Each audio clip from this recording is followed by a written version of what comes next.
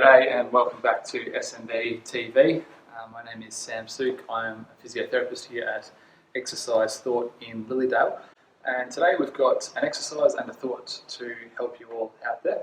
The thought we're going to start with is that the importance of a history, the importance of a subjective assessment, which is the story that you will share with your physio or with your health professional when you present your problem, be it an injury or an illness. There's plenty of research published that demonstrates that the history is the most important part of a diagnosis.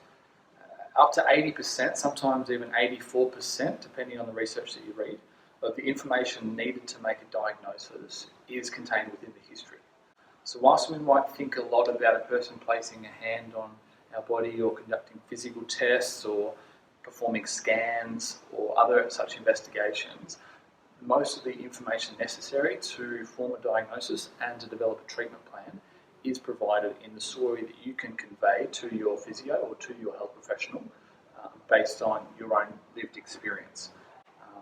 So the kind of things that I want you to take out of this video is to really understand how your body has behaved in the lead up to you seeing a health professional, because the better awareness you have and the better you're able to describe that lived experience, the more accurate your diagnosis is going to be and the more effective your treatment plan is going to be. The imaging that you get, the MRIs, the X-rays, it's really just a 5%er on top, sometimes even less important than that. It's most important to have a really good history. So before you see your physio, before you see any health professional, make sure you've got a clear timeline. You can actually draw out when the problem started and how it's behaved differently in each phase in the lead up to you seeing a health professional. Understand what makes your symptoms worse, what makes your symptoms better. Understand how it feels in the morning compared to the middle of the day and the evening, because these are really helpful diagnostic indicators for different conditions. Also, if you can draw any connection between symptoms that might be occurring in different parts of your body, and maybe you've got some leg pain that's related to some back pain, or some neck pain that's related to some arm pain, this is really helpful in forming a diagnosis and making sure that you get on the road to recovery as quick as possible. The second segment that offering I'd like to give you with today's video is as an exercise. It's something that I think would help to prevent a lot of injury and a lot of sufferings. And that exercise, actually I'll give you two exercises that I think would be very preventative. We often find that a lot of back pain is caused by lifting movements or not being able to bend down or lower the body to the ground as easily. And so I think practicing an exercise such as a deep squat would be really helpful in preventing back pain and also preventing a lot of hip and knee pain. So squatting down like this is a really helpful movement to practice on a regular basis. So I recommend that you perhaps consider brushing your teeth in this position, or maybe dropping down to this position when you're eating breakfast, or maybe when you're watching some TV, and try to do at least 2 minutes a day in this deeper squat position. And making sure that you practice it at a level that your body is comfortable. So maybe you'll just start with holding onto something and lowering down gently like that, and just easing your body towards the ground. And then eventually, when you can't do that deeper squat and hold it comfortably, that you do so.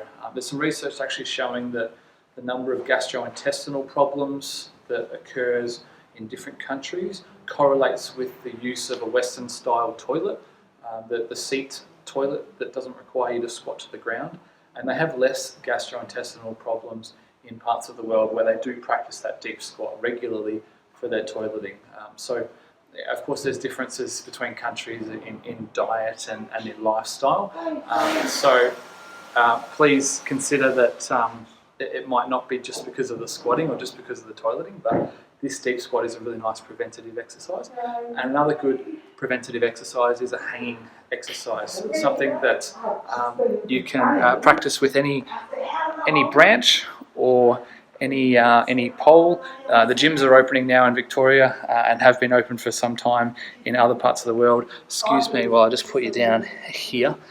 So just a gentle hang from the bar like so. keeping your legs relaxed and allowing the weight of your body just to rest gently. Often we use the imagery of some hot toffee just hanging and stretching down, lengthening through your spine and through your legs.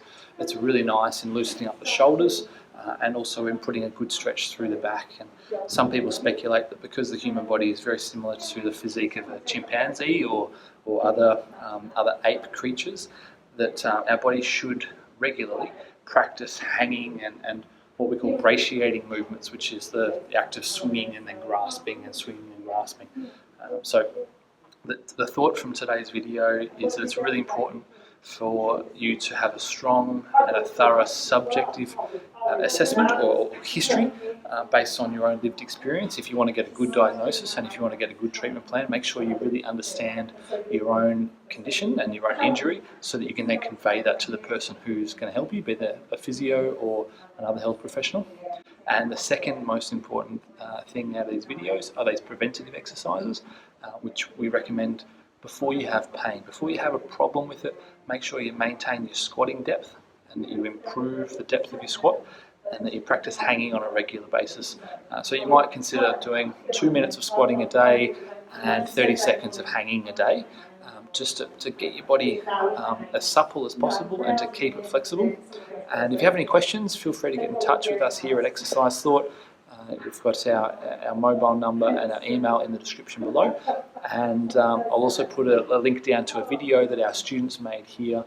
Our students made a video about diagnosis resting on history and resting on the story that you tell. And they refer to some research studies in that. Very best of luck to all of you out there. Keep well and look after each other. And we'll see you next time here at SMBT.